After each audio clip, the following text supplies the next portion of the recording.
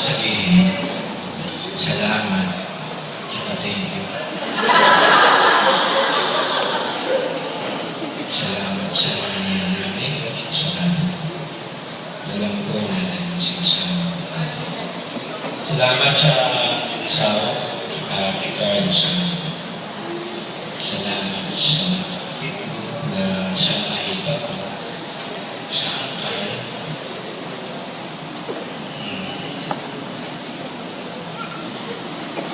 Hindi ko ang hirap maging pinti.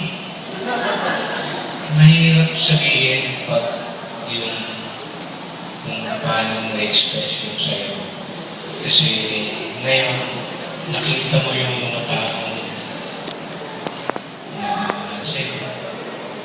mga taong siguro in a way I was being a very shy person. One or two na I touch your lives na service siguro tayo. Nakakatuwa kasi kanina, although nakakaamoy na ako na parang meron. Ang hirap na siya, sama ko si Sarah. Natutunan, gusto ko na umuwi. Pagdating ng January, alam ko naman 50 na.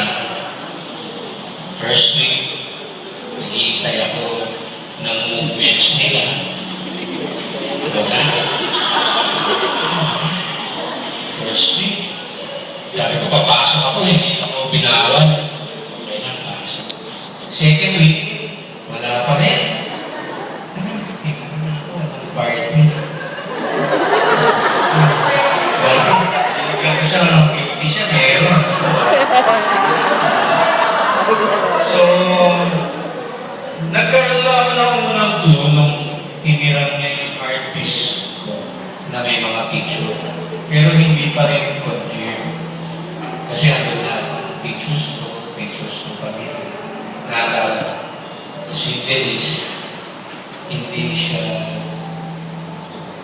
Miss girls na very attachment siya. Hindi siya kumukuha ng tatandang, hindi siya kumukuha ng name.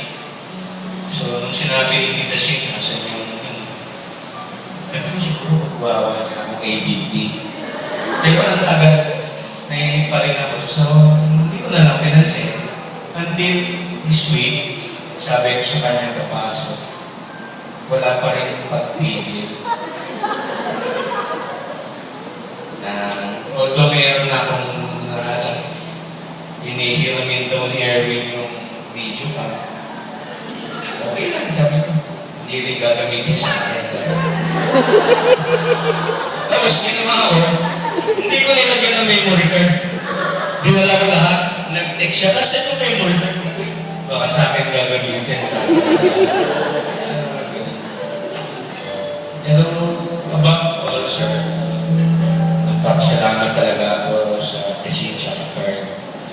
Sa mga taong nakilala ko, sila Sharon, si Gunong, High School, si Tassi, si Edson, si Rio, college, si Mr. Soto, mga kausin ng Essentia. Mga Melegrito.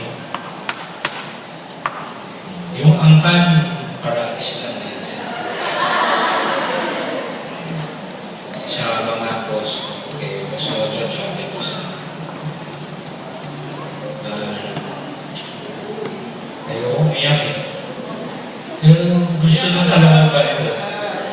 Kasi ang dating na nakakamiss yung mga magulang pala sa'yo. Ngayon natin sila hinahanap kasi sana nakikita nila ako. Yung mga kapatid ko,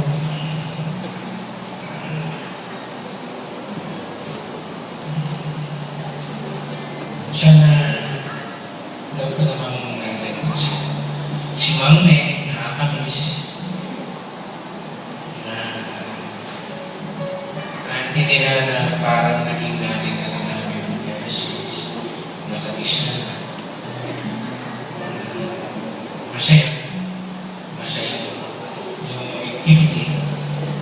kasi kahit na alam mo, pag nandito ka na, surprise mo. Kasi nandito yung mga tao, alam kong nagmamahal sa akin.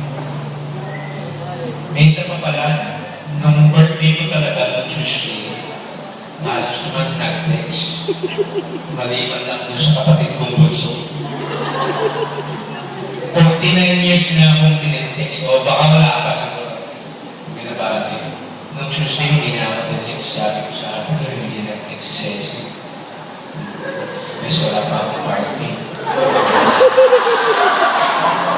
Kaya kanina, iyakan pa rin ako. Ceci, sabi, kasi pupunta ako dito, hindi ako nag-text. Sabi ko sa masaya. Kahit yung mga pamangkin ko, hindi nag-text sa akin. Kahit sa iyo. So, okay pa rin kasi surprise ka. Kala nila na-surprise ako. Ano ba? Ate Win, maraming salamat. Kay George.